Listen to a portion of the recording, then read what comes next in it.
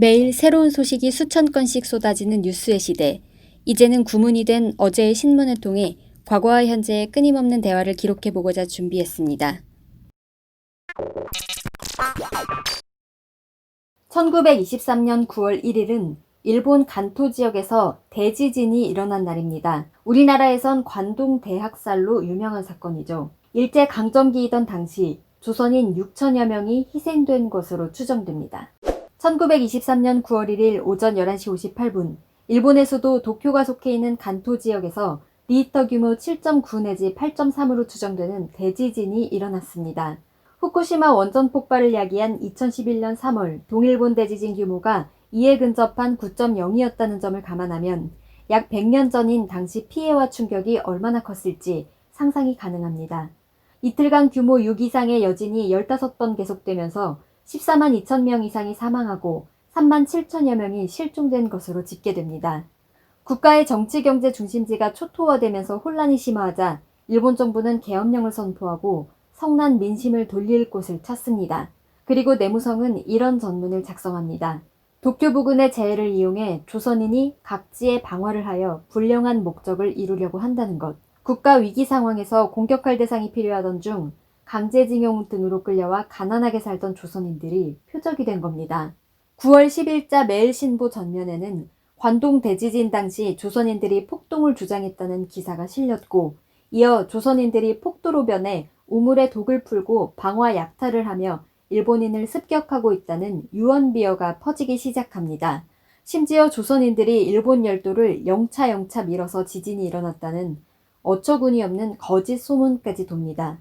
이와 함께 일본 우익깡패를 중심으로 자경단이 조직됐고 일본 정부의 방조하에 선동과 함께 무자비한 사륙이 시작됩니다.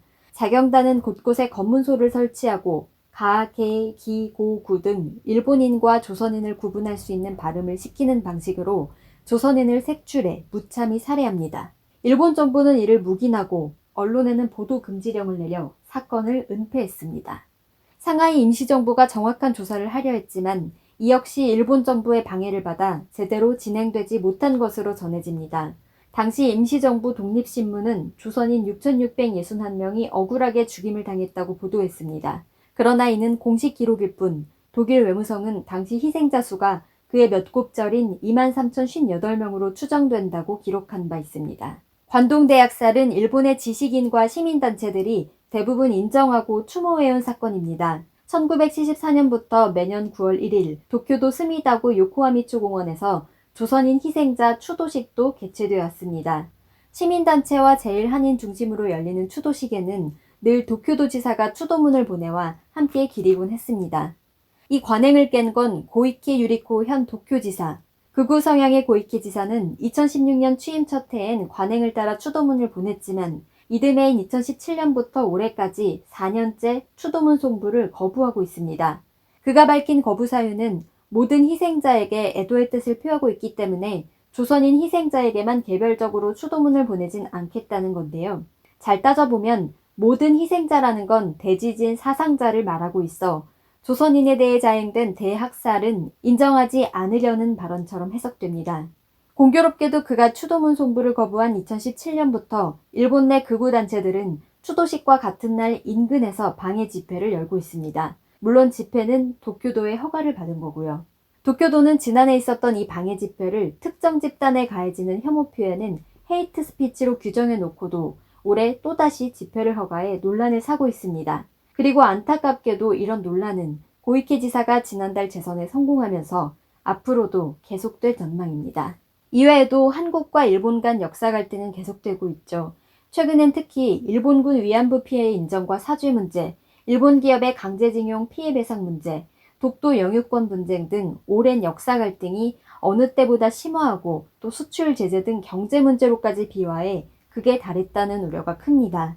최근 아베 신조 총리가 사임하면서 그간 고조된 한일 갈등이 해결점을 찾길 바라는 기대가 크지만 이와 관련된 전망 역시 밝지 않습니다.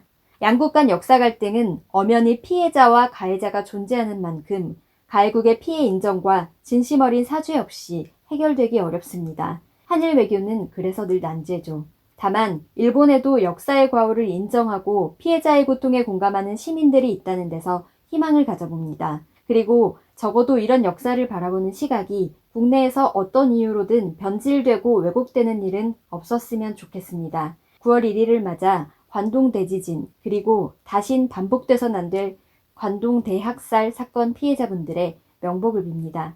다시 보는 뉴스 리뉴스였습니다.